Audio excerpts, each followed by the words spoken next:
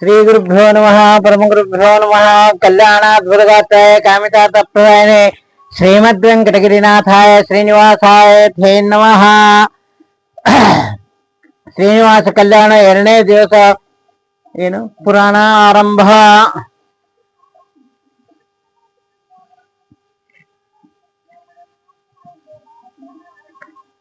ಕಲಿಯುಗದಲ್ಲಿ ವೆಂಕಟ ಪರ್ವತ ಎಂಬ ಹೆಸರು ಹೇಗೆ ಬಂದಿತು?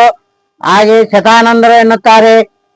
ಪೂರ್ವದಲ್ಲಿ ಪುರಂದರನೆಂದ ಹೆಸರುಳ್ಳ ದೃಢ ಇದ್ದನು. ಸೋಮಯಾಜಿಯು ಸತ್ಯ ಮಾತನಾಡುವ ಬ್ರಾಹ್ಮಣನು ಕಾಳಹಸ್ತಿಯಲ್ಲಿ ಇದ್ದನು. ಮಕ್ಕಳಿಲ್ಲದಿದ್ದರೂ ಮಕ್ಕಳ ಅಪೇಕ್ಷೆಯೂ ಇದ್ದಿಲ್ಲ. ಅವನ ಅದೃಷ್ಟದಿಂದಲೂ ಪೂರ್ವ ಪುಣ್ಯದಿಂದ ಆ ವೃದ್ಧ ಬ್ರಾಹ್ಮಣನಿಗೆ ಪುತ್ರನು ಹುಟ್ಟಿದನು. ಆಪ್ತೇಷ್ಟರ ಮಧ್ಯದಲ್ಲಿ ಅವನಿಗೆ ಮಾಧವನೆಂದು ಹೆಸರಿಟ್ಟನು. ಶುಕ್ಲ ಪಕ್ಷದ ಚಂದ್ರಮನಂತೆ ಬೆಳೆದ ಮಾಧವನು ಉಪನಯನವನ್ನು ಮಾಡಿ ವೇದಾಂಗ ಮತ್ತು ವೇದಗಳ ಅರ್ಥಗಳನ್ನು ತಿಳಿಸಿ ಸರ್ವಶಾಸ್ತ್ರ ವಿಚಾರವನ್ನಾಗಿ ಮಾಡಿದನು. ವಿದ್ಯಾ ಪ್ರಾಪ್ತಿಯ ನಂತರದಲ್ಲಿ ಮಗನಿಗೆ ಮದುವೆಯನ್ನು ಮಾಡಿದನು. ಮಾಧವನು ಹೆಂಡತಿಯಾದ ಚಂದ್ರಲೇಖೆಯು ಕೂಡ ಬಹುಕಾಲ ಸಂತೋಷಪಟ್ಟನು. ನಿತ್ಯದಲ್ಲಿಯೂ ದೇವರಿಗೆ ಪಿತೃ ಮನುಷ್ಯ ಭೂತಗಳೆಂಬ ಪಂಚಯಜ್ಞಗಳನ್ನು ಮಾಡುತ್ತಾ ಸಿಂಹದಂತೆ ಕಾಂತಿಯುಳ್ಳವನಾಗಿ 21ರ ತಾರುಣ್ಯದಿಂದ ಎರಡನೇ ಸೂರ್ಯನಂತೆ ಹೊಳೆಯುತ್ತಿದ್ದನು. ಅವನ ಹೆಂಡತಿಯು ಪಾಂಡ್ಯ ದೇಶದಳು ಪ್ರಿಯಳು. ಹಾಗೆ ಪತಿಪಾರಾಯಣ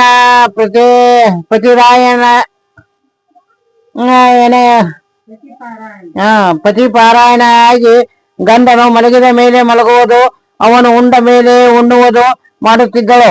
ಒಂದು ದಿನ ಮಾಧವನು ಹಗಲು ಸ್ತ್ರೀ ಭೋಗವನ್ನಿಚ್ಛಿಸಿ ಹೆಂಡತಿಯ ಸಮೀಪಕ್ಕೆ ಹೋಗಿ ನಿನ್ನ ಸಂಗ ಮಾಡಬೇಕೆಂಬ ಇಚ್ಛೆಯಾಗಿದೆ ಎಂಬ ಪತಿವಾಚ್ಯೆಯನ್ನು ಕೇಳಿ ಅವನಿಗೆ ಹೇಳಿದಳು. ಚಂದ್ರಲೇಖೆಯು ಅನ್ನುತ್ತಾಳೆ, ಹೇ ಪುರುಷ ಶ್ರೇಷ್ಠನೇ, ಶರೀರವು ಅಸ್ಥಿ ಮಾಂಸಗಳಿಂದ ತುಂಬಿದೆ. ಇಂತಹ ದೇಹದಿಂದ ದೇಹಕ್ಕೆ ಸಂಪರ್ಕವು ಸಜ್ಜನ ಸಮ್ಮತವಲ್ಲ. ಅದರಲ್ಲಿಯೂ ಹಗಲು ಭೋಗ ಮಾಡುವುದು ಆಯುಕ್ತವೆಂದು ಮುನಿಗಳು ಹೇಳಿದ್ದಾರೆ. ಮನೆಯಲ್ಲಿ ತಾಯಿ, ತಂದೆ, ಅಗ್ನಿ, ಹೋತ್ರ, ದೇವಗಾರ ಈ ಸೂರ್ಯ ಪ್ರಭೆಯನ್ನು ನೋಡು, ಕಾಮವಾಸನೆಯನ್ನು ಬಿಡು. ಹೆಂಡತಿಯ ಮಾತನ್ನು ಕೇಳಿ ಮಾಧವನು ಅನ್ನುತ್ತಾನೆ, ಪ್ರಿಯೆ, ನನ್ನ ಇಚ್ಛೆಯನ್ನು ಪೂರೈಸಿಕೊಡು. ಗಂಡನ ಮಾತನ್ನು ಕೇಳಿ ಚಂದ್ರಲೇಖೆಯು ಅನ್ನುತ್ತಾಳೆ, ನೀರಿಗೆಂದು ನಾನು ಹೋಗುತ್ತೇನೆ, ನೀವು ಮುಂದೆ ಹೋಗಿರಿ. ಹಾಗೆ ರಾಜನಿಗೆ ದರ್ಭ ತರುವ ನೆವದಿಂದ ಮಾಧವನು ಹೊರಟನು. ಚಂದ್ರಲೇಖೆಯು ಕೊಡವನ್ನು ತಕ್ಕೊಂಡು ಹೊರಟಳು.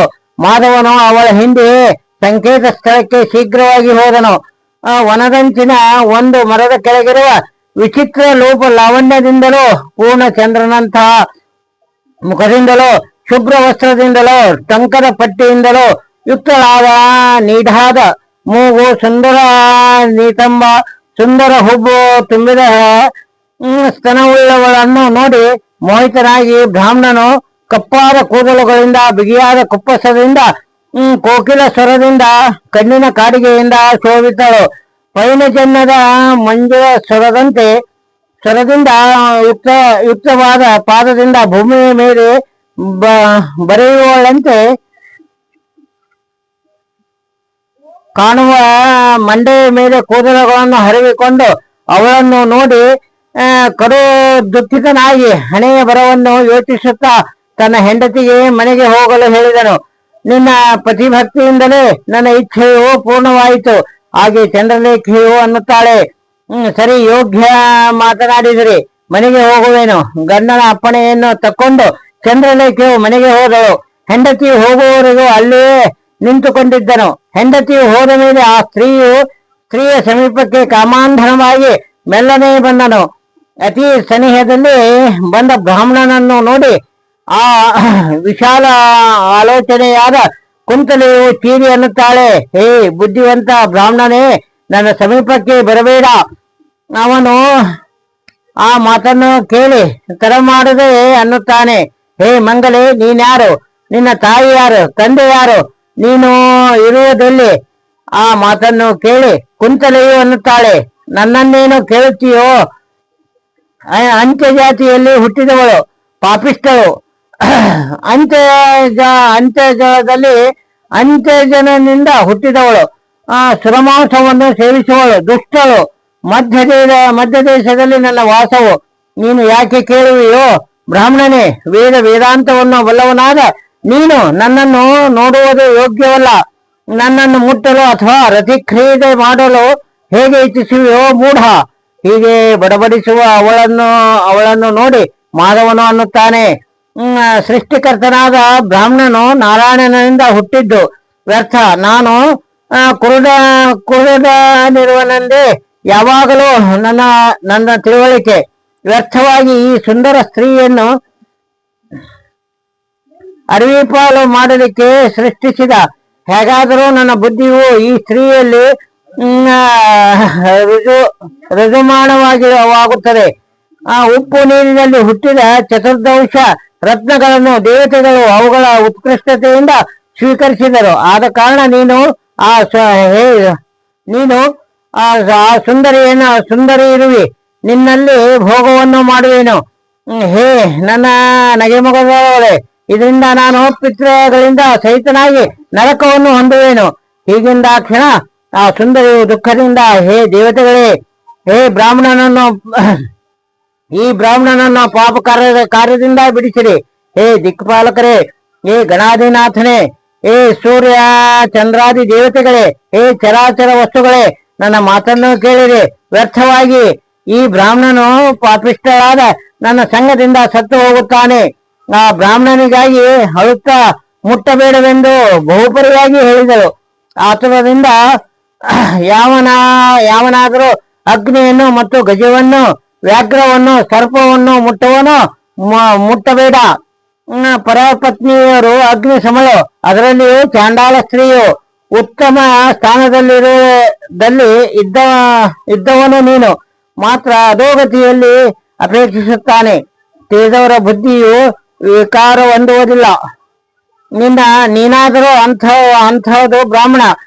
ಸೃಷ್ಟಿಕರ್ತನಿಂದ ಪೂರ್ವದಲ್ಲಿ 2 ಜಾತಿಗಳು ಹುಟ್ಟಿದವು, ಪುರುಷ ಮತ್ತು ಸ್ತ್ರೀ ಎಂದು. 4 ವರ್ಣದಲ್ಲಿ ಬ್ರಾಹ್ಮಣರ ಸ್ತ್ರೀಯರನ್ನು ಮತ್ತು ಇತರ ಸ್ತ್ರೀಯರನ್ನು ಸ್ವೀಕರಿಸಬೇಕೆಂದು ನಿಯಮ. ಇದರ ವಿಪರೀತವಾದ ಬ್ರಾಹ್ಮಣರ ಧರ್ಮ ತ್ಯಾಗವನ್ನು ನೋಡುತ್ತಿದ್ದೇನೆ. ನಿನ್ನ ದೇಹವು ವೇದದಿಂದಲೇ ವಿಶೇಷವಾಗಿ ಪವಿತ್ರವಾಗಿದೆ. ನಿನ್ನ ತಾಯಿಯು ಸುಮತಿಯಾದಾಗೆ ತಂದೆಯಾದ ರಾತ್ರಿಯಲ್ಲಿ ವಿಧಾನಪೂರ್ವಕವಾಗಿ ರೇಥೋತ್ಸರ್ಜನಾಗಿ ಗರ್ಭಾಧಾನವನ್ನು ವಾದದ್ದು. ಹೇ ಬ್ರಾಹ್ಮಣ, ಆಮೇಲೆ ವೇದ ಮಂತ್ರಗಳಿಂದ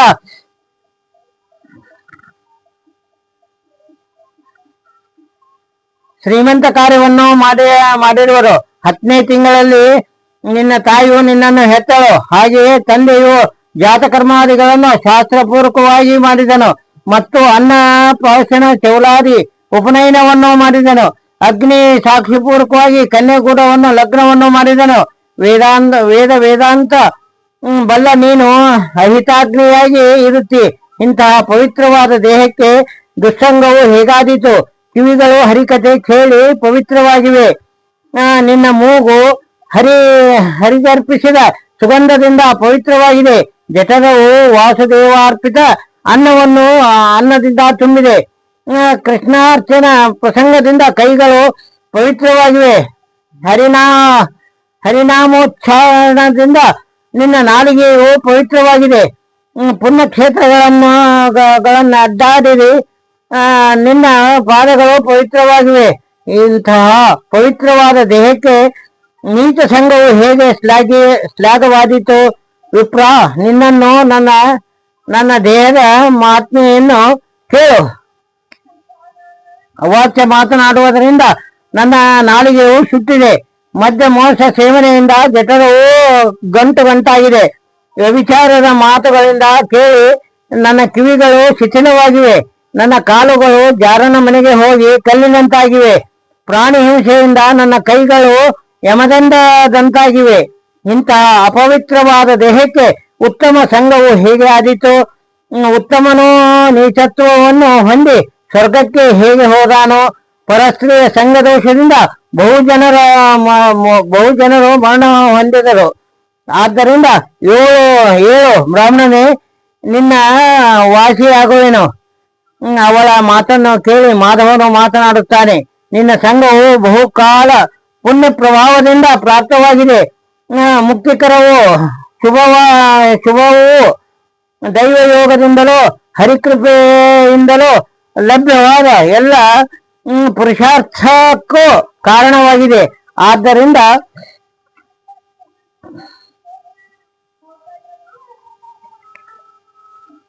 ಆದ್ದರಿಂದ ಶರಣಾಗತನಾದ ನನ್ನನ್ನು ಸ್ವೀಕರಿಸು. ಬಿಡು ಲಜ್ಜೆಯನ್ನು, ನನ್ನ ಇಚ್ಛೆಯನ್ನು ಪೂರೈಸು. ನಿನ್ನ ವಿರಸದಿಂದ ನನ್ನ ಪ್ರಾಣವೇ ಹೋಗುತ್ತದೆ. ಆದ್ದರಿಂದ ಮರಣಾಭಿಮುಖನಾಗಿ ನನ್ನನ್ನು ಬದುಕಿಸು ಸುಮಂಗಲೇ. ಹೀಗೆಂದ ಮೇಲೆ ಆ ಸುಂದರಿಯು ಎದ್ದು ಓಡಲು ಉದ್ಯುಕ್ತಳಾದಳು. ಓಡುತ್ತಿರುವ ಅವಳನ್ನು ಬೆನ್ನಟ್ಟಿ ಮಾಧವನು, ನಿನ್ನ ತಾಯಿಯ ಮತ್ತು ತಂದೆಯ ಆಣೆಯಿಂದ ಹೊಂದಿರುವ ಅವಳನ್ನು ಮುಟ್ಟಿದನು. ಬಲಾತ್ಕಾರದಿಂದ ಎಳೆದು ಸಂಭೋಗ ಮಾಡಿದನು. ಭೋಗಾನಂತರದಲ್ಲಿ ಕುಂತಲೆಯು ಅವನಿಗೆ ಎನ್ನುತ್ತಾಳೆ, ಏ ವಿಪ್ರ, ಇವತ್ತಿನಿಂದ ನೀನು ನನ್ನ ಗಂಡನು.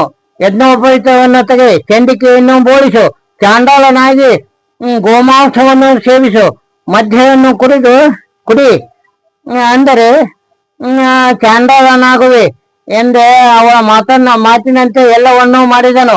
ದೈವದಿಂದ ಚಾಂಡಾಲರಿಗೆ ಯೋಗ್ಯವಾದ ಆಚರಣೆಯುಳ್ಳವನಾಗಿ ಅವಳಿಂದ ಸಹಿತನಾಗಿ ಕೃಷ್ಣಾ ನದಿ ದಂಡೆಗೆ ಹೋಗಿ 12 ವರ್ಷಗಳ ಅವಳ ಸಹವಾಸದಲ್ಲಿ ಇರುತ್ತಿದ್ದನು. ದೇಹವು ಅನಿತ್ಯವಾದ್ದರಿಂದ ಕಾಲವಶಳಾಗಿ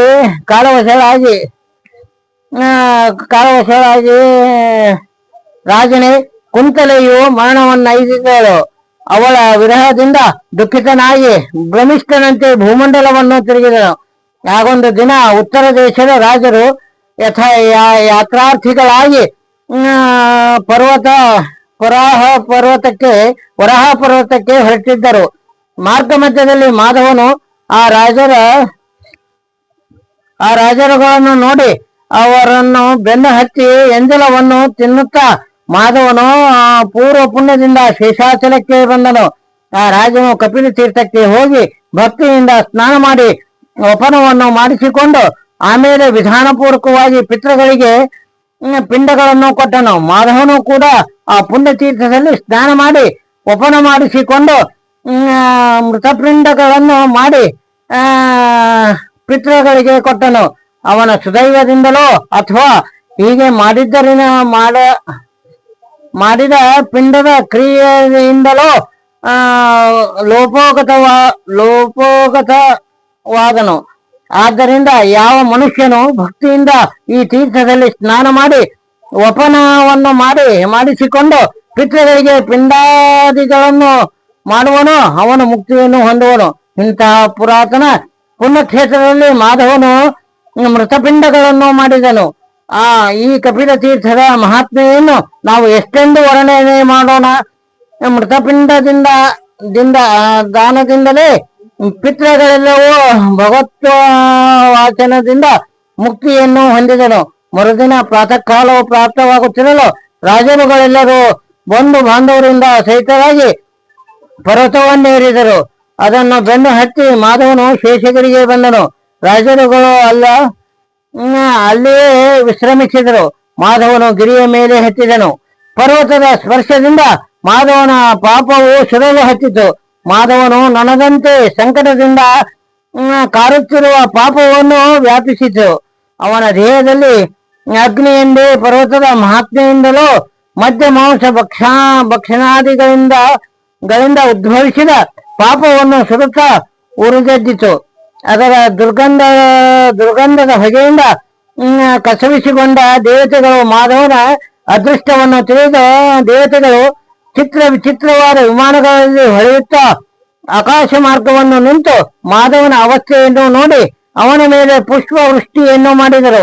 ಬ್ರಹ್ಮದೇವನು ನೋಡಿ ವಿಮಾನದಿಂದಿಳಿದು ಪಾಪದಿಂದ ಮುಕ್ತನಾದ ಮಾಧವನು ಹರಿಯ ಕರುಣೆಯಿಂದ ದ್ವಿಜಶ್ರೇಷ್ಠನಾದ ಅಜಮಿಳನನ್ನು ಹರಿಯು ಉದ್ಧರಿಸಿದಂತೆ ಬ್ರಹ್ಮನು ಸಮೀಪಕ್ಕೆ ಹೋಗಿ ಅವನ ತಲೆಯ ಮೇಲೆ ಮೂಸಿ ಅನ್ನುತ್ತಾನೆ, ಹೇ ಬ್ರಾಹ್ಮಣ ಮಾಧವ, ನಿಷ್ಪಾಪಿನಾದಿ ಸ್ವಾಮಿ ತೀರ್ಥಕ್ಕೆ ಹೋಗಿ ಸ್ನಾನ ಮಾಡಿ ವರಾದೇವರಿಗೆ ನಮಸ್ಕರಿಸಿ ಅಲ್ಲಿಯೇ ಸಮೀಪದಲ್ಲಿ ದೇಹವನ್ನು ಬಿಡು.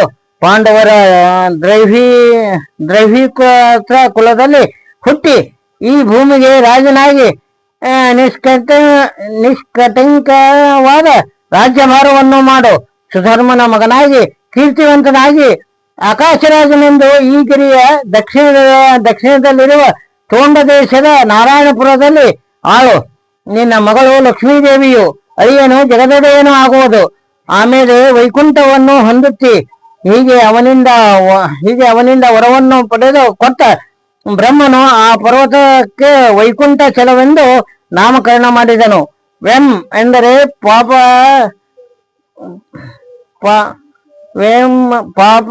ಪಾಪಕಂಟಿತೆ ನಾಶ ಮಾಡುತ್ತದೆ ಎಂದು. ಈ ಪರ್ವತಕ್ಕೆ ವೆಂಕಟಾಚಲವೆಂದು ದೇವತೆಗಳೆಂದರು. ಆದ ಕಾರಣ ಈ ಪರ್ವತವು ವೆಂಕಟಗಿರಿ ಎಂದು ಲೋಕದಲ್ಲಿ ಪ್ರಖ್ಯಾತಿಯನ್ನು ಹೊಂದಿತು. ಹೇ ಜನಕರಾಜನು, ಪ್ರಾತಃ ಕಾಲದಲ್ಲಿ ಯಾರು ಈ ಪರ್ವತದ ಪುಣ್ಯ ಸ್ನಾನವನ್ನು ಮಾಡುವರೋ ಅವರ ಪುಣ್ಯ ಫಲವು ಕೇಳು. ಸಾವಿರ ಸಲ ಗಂಗಾ ಸೇತುಗಳ ಯಾತ್ರೆ ಮಾಡಿದ ಫಲವು ಪ್ರಾಪ್ತವಾಗುವುದು. ನನಗೆ ಗೌತಮನಿಂದ ಹೇಳಿದ್ದನ್ನೇ ನಾನು ಹೇಳಿದೆನು. ಇದು ಪರಮ ಕಲ್ಯಾಣಕರವು. ಕೇಳುವುದರಿಂದ ಪಾಪ ನಾಶವಾಗುವುದು. ಇತಿ ಭವಿಷ್ಯೋತ್ತರ ಪುರಾಣದಲ್ಲಿ ವೆಂಕಟಗಿರಿಯ ಮಹಾತ್ಮೆಯಲ್ಲಿ ಚತುರ್ಯುಗ ಮಹಿಮಾ ವಿಶೇಷ ವರ್ಣನೆ ಎಂಬ 1ನೇ ಅಧ್ಯಾಯವು ಮುಗಿಯಿತು. ಶ್ರೀಮಧ್ವೇಶಾರ್ಪಣಮಸ್ತು.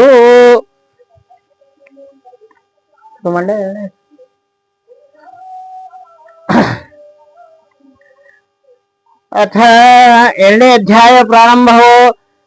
ಜನಕರಾಜನು ಪ್ರಶ್ನೆ ಮಾಡುತ್ತಾನೆ. ಮಾರುತನು ಶೇಷದೇವನಿಗೆ, ಭಗವಂತನಿಲ್ಲಿಗೆ ಬರುವವನಿಗೆ ನೀವು ಹೇಳಿದ್ದನ್ನೇ ವಿವರವಾಗಿ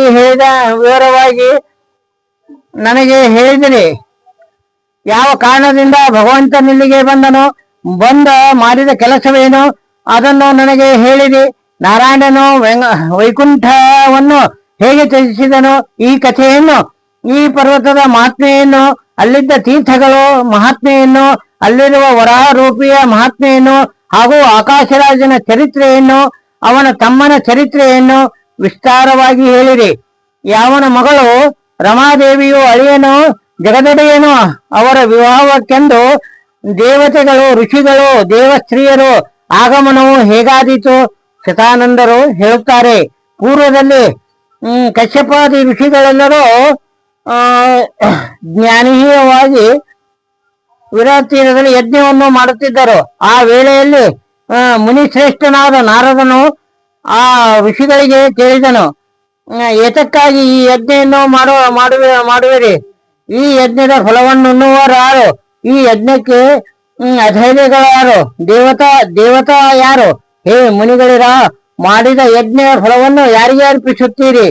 ಹೀಗೆಂದ ನಾರದರ ಮಾತನ್ನು ಕೇಳಿ ಸಂಶಯಕ್ಕೊಳಗಾಗಿ ಇದನ್ನು ನಿರ್ಣಯ ಮಾಡುವುದಕ್ಕೆ ಎಲ್ಲರೂ ಕೂಡಿ ಬ್ರಹ್ಮಜ್ಞಾನಿಗಳು ಶ್ರೇಷ್ಠನಾದ ಭೃಗಮುನಿಯನ್ನು ಭಕ್ತಿ ನಮ್ರವಾಗಿ ನಮಸ್ಕರಿಸಿ ಕೇಳಿಕೊಂಡರು. ಮಹಾಬುದ್ಧಿಶಾಲಿಯೇ, ದೇವತೆಗಳು ಶ್ರೇಷ್ಠರಾದಂಬುದನ್ನು ತಿಳಿಯಲು ಶೀಘ್ರವಾಗಿ ಹೋಗು ಎಂದು ವರ ಮಾತನ್ನು ಕೇಳಿ ಭೃಗ ಋಷಿಯು ಬ್ರಹ್ಮಲೋಕಕ್ಕೆ ಹೋದನು. ಅಲ್ಲಿ ಸೃಷ್ಟಿಯ ಪೂರ್ವದಲ್ಲಿ ಹುಟ್ಟಿದ ಮಹಾಭಾವು ಸುಂದರಾಂಗನು, ಸರಸ್ವತಿಯಿಂದ ಸೇವಿತನು ಆದ, 4 ಮುಖದಿಂದ ವೇದ ಘೋಷವನ್ನು ಮಾಡುವ ದಿಕ್ಪಾಲಕರ ಸಮೂಹದಿಂದ ಕೂಡಿದ, ಕಿರೀಟಗಳಿಂದ ಹೊಳೆಯುವ ನಾರಾಯಣನನ್ನು ಸ್ತುತಿಸುತ್ತಾ ಮಹಾ ತೇಜಸ್ವಿ ಬ್ರಹ್ಮನನ್ನು ನೋಡಿ ಭಕ್ತಿ ಭಾವದಿಂದ ನಮಸ್ಕಾರ ಮಾಡಿ ಸಾಷ್ಟಾಂಗವನ್ನರಗಿದರು. ಹೀಗೆ ದೀರ್ಘದಂಡ ನಮಸ್ಕರಿಸಿದ ಮುನಿಯನ್ನು ನೋಡಿಯೂ ಮಾತನಾಡಲಿಲ್ಲ. ಹಾಗೆ ಬ್ರಹ್ಮನಿಗೆ ಇನ್ನೂ ಸ್ವಲ್ಪ ಅಜ್ಞಾನವಿದೆ ಎಂದು ತಿಳಿದು ಭೃಗಮುನಿಯು ತನ್ನ ಕೆಲಸವಾಗಲಿಲ್ಲವೆಂದು ಕೈಲಾಸಕ್ಕೆ ಹೋದನು.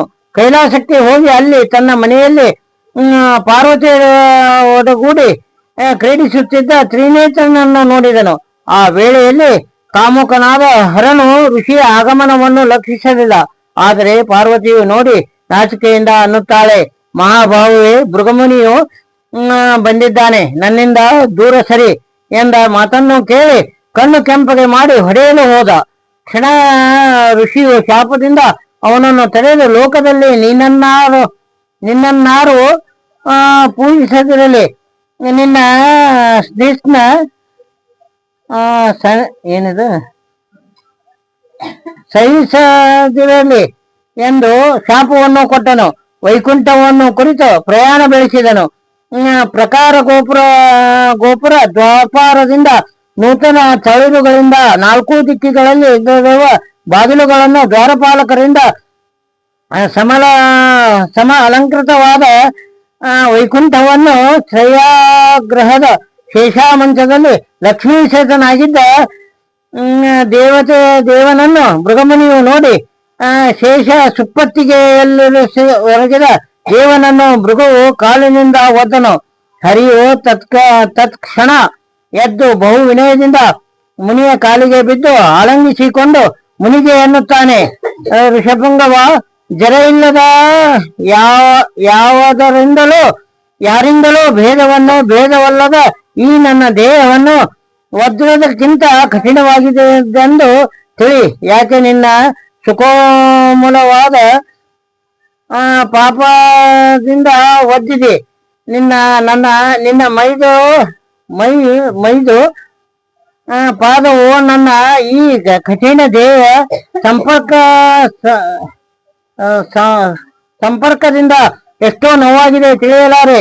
ಹೀಗೆಂದು ಬ್ರಾಹ್ಮಣನ ಪಾದಗಳನ್ನು ಬಿಸಿನೀರಿನಿಂದ ತೊಳೆದು ಪಾದೋದಕವನ್ನು ತಲೆಗೆ ಪ್ರೋಕ್ಷಿಸಿಕೊಂಡನು ಮತ್ತು ಮನೆಗೆ ಕುಟುಂಬದವರಿಗೂ ಪ್ರೋಕ್ಷಿಸುತ್ತಾನೆ. ಜ್ಞಾನಿಗಳು ದರ್ಶನಕ್ಕೆ ಕೊಡುವುದರಿಂದಲೇ 3 ಲೋಕಗಳನ್ನು ಉದ್ಧರಿಸುತ್ತಾರೆ.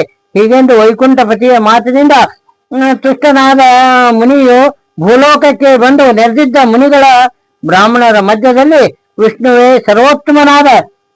ಸರ್ವೋತ್ತಮನೆಂದು ತಿಳಿಸಿದನು ಮತ್ತು ಯಜ್ಞವನ್ನು ಅವನಿಗೆ ಅಪಹರಣ ಮಾಡಿದರು. ಹರಿಯು ಸರ್ವೋತ್ತಮನೆಂದು, ಆಮೇಲೆ ಲಕ್ಷ್ಮಿಯು, ಬ್ರಹ್ಮನು, ಆಮೇಲೆ ಶಿವನೇ ಮೊದಲಾದವರು. ಹೀಗೆ ದೇವತೆಗಳಲ್ಲಿ, ದೈತ್ಯರಲ್ಲಿ, ಮನುಷ್ಯರಲ್ಲಿ ತಾರತಮ್ಯವನ್ನು ತಿಳಿಯಬೇಕು ಎಂದು ಮಹಾಜ್ಞಾನಿಯಾದ ಭೃಗಋಷಿಯು ಹೇಳಿದ್ದಾನೆ. ಹರಿಯೇ ಸರ್ವೋತ್ತಮನೆಂದು ನಿಶ್ಚಯಿಸಿ ಅವನಿಗೆ ಯಜ್ಞ ಫಲವನ್ನರ್ಪಿಸಿದರು. ಆಮೇಲೆ ವೈಕುಂಠದಲ್ಲಿ ಕುಲದೇವನನ್ನು ಏಕಾಂತದಲ್ಲಿ ರಮಾದೇವಿಯೊಡಗೂಡೆ ಇದ್ದಾಗೆ ರಮಾದೇವಿಯು ಅನ್ನುತ್ತಾಳೆ, ದೇವಾದಿ ದೇವನನ್ನೇ, ನಿನ್ನನ್ನು ಬಿಟ್ಟು ಹೋಗುವೆನು. ನನ್ನನ್ನು ಆಲಂಗಿಸಿಕೊಳ್ಳುವ ವೃಕ್ಷಸ್ಥಳದಲ್ಲಿ ಅವರ ಜನ್ಮನಾದ ಮುನಿಯಿಂದ ಪಾದ ಪ್ರಹಾರ ಮಾಡುತ್ತೀರಿ. ಅದರಿಂದ ನಾನು ಕೊಲ್ಲಾಪುರಕ್ಕೆ ಹೋಗುವೆನು. ಹೀಗೆ ಹರಿಯ ಸಂಘವನ್ನು ಪ್ರೇಮ ಕಲಾವನ್ನು ಮಾಡಿ ರಮಾದೇವಿಯು ಕರವೀರಪುರಕ್ಕೆ ಹೋದಳು.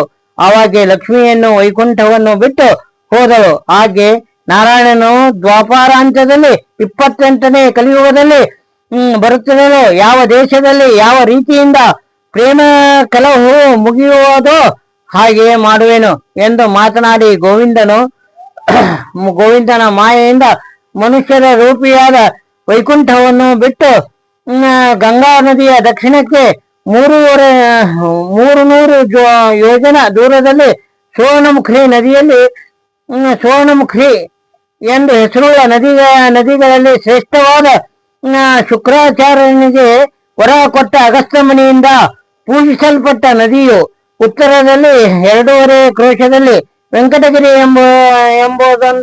ಇರುವುದು ಪುಣ್ಯ ಸ್ಥಳವು. ಸುವರ್ಣಗಿರಿಯ ಪುತ್ರವುದು ಸಕಲ ತೀರ್ಥಗಳಿಂದ ಯುಕ್ತವಾದುದು. ಅದು ಶೇಷದೇವನ ಅವತಾರವೇ. ಸರ್ವ ಸೌಖ್ಯದಿಂದ ಸಮೃದ್ಧವಾಗಿದ್ದು ವೈಕುಂಠ ಸದೃಶನಾಗಿ ನಾರಾಯಣನ ವಾಸಕ್ಕೆ ಯೋಗ್ಯವಾಗಿದೆ. ಶೇಷಮಾರುತ ಸಂವಾದದಿಂದ ಇದು ಪುಣ್ಯಕ್ಷೇತ್ರವಾಗಿದೆ ಎಂದು 3.5 ಯೋಜನೆ ಅಗಲವು 30 ಯೋಜನೆ ಉದ್ದವು ವೆಂಕಟಗಿರಿಯು ನರಸಿಂಹಾಚಲವನ್ನು ಮಧ್ಯವು ಶ್ರೀಶೈಲವು ಪುಚ್ಛಭಾಗವು ಹೀಗೆ ಪರ್ವತದ ಪುಣ್ಯಕ್ಷೇತ್ರವಾಗಿದೆ. ಬಂಗಾರ, ಬೆಳ್ಳಿ ಮೊದಲಾದ ಸರ್ವ ಧಾತುಗಳಿಂದಲೂ ಕುರಿತ ಮಂದಾರ, ಆಲ, ಹತ್ತಿ, ಹಲಸು, ಪಾರಿಜಾತ, ಹುಣಸೆ, ಅಂಬರಿ, ನೀರು, ನಿರೀಶ, ಗಂಧ ಪುಷ್ಪಗಳನ್ನು, ಮಾವು, ಕಾಲಾಯಿ, ತಾಳ ಮೊದಲಾದವುಗಳಿಂದಲೂ ಹಂಸ ಚಕ್ರವಾಗಿ ಬಕ, ಶುಕ, ಪಿಕ, ಕಪು ಮೊದಲಾದ ಪಕ್ಷಿ ಹಂಸದಿಂದ ಸಿಂಹ, ಶಾರ್ದೂಲ, ಶಂಭ, ವರಾಹಗಳ ವೃಂದದಿಂದ ಆನೆ, ಕಾಡಾಕಳು, ಚಿಗರಿ, ಸಾರಂಗ, ಕೋಲಗ, ನರಿ, ಕರಡಿ, ಕಸ್ತೂರಿ ಮೃಗಗಳಿಂದಲೂ ಕುದುರೆ, ಕಾಡು ಕೋಣಗಳಿಂದ ಮಲ್ಲಿಗೆ, ಸೇವಂತಿಗೆ, ಸಂಪಿಗೆ, ಬಕುಲ, ಕೇತಕಿ, ಪಾರಿಜಾತ ಪುಷ್ಪಗಳಿಂದಲೂ ವಿರಾಜಿಸುವ ಮನೋಹರವಾದ ಪುಣ್ಯ ಕಾನನವು ದೇವತೆಗಳೆಲ್ಲರೂ ತರಂಗಗಳಾಗಿ, ಋಷಿಗಳೆಲ್ಲರೂ ಮೃಗಗಳಾಗಿ, ಪಿತೃಗಳೆಲ್ಲರೂ ಪಕ್ಷಿಗಳಾಗಿಯೂ